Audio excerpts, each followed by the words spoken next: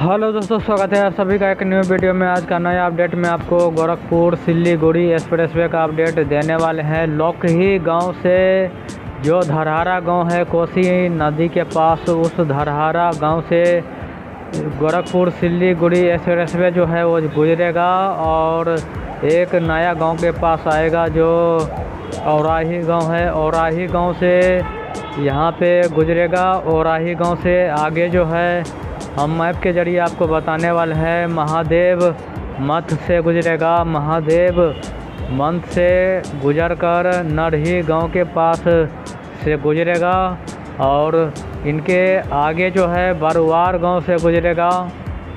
बरवार गांव से गुजरने के बाद सखुआ गांव से गुजरेगा।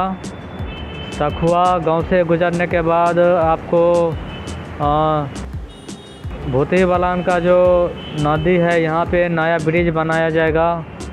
ब्रिज पार करने के बाद महथौर गांव आएगा फुलपरास गांव के अंदर। महथौर गांव से गुजरने के बाद गोरखपुर सिल्लीगुड़ी एक्सप्रेसवे जो है वो हरनाथ गांव से गुजरेगा। हरनाथ गांव से गुजरकर बलुआ गांव से गुजरेगा और इनके आगे जो है गहुमा बैरिया गांव से गुजरेगा, जो हम आपको मैप के ज़रिए बताने वाले हैं। यहाँ पे गहुमा बैरिया गांव है, यहाँ से गुजरेगा गोरखपुर सिल्लीगुड़ी एक्सप्रेसवे।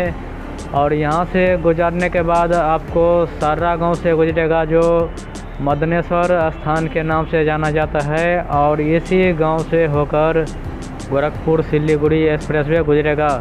परसा गांव से गुजरेगा और आगे जो आंध्राठाड़ी के आगे कुल्हड़िया गांव से गुजरेगा। कुल्हड़िया गांव से गुजरने के बाद सराजपुर गांव से गुजरेगा और इनके आगे जो है गांव आने वाले हैं सतघारा गांव। सतघारा गांव से गुजरेगा। यहाँ पे एक पिपरा घाट का ब्रिज है, जो पिपरा घाट के समीप एक नया ब्रिज बनाया जाएगा जो सिल्लीगुड़ी एक्सप्रेसवे के अंदर आएगा। पिपरा घाट के कमला नदी पार करने के बाद घोंघौर गांव आएगा और इस घोंघौर गांव तक अपडेट था।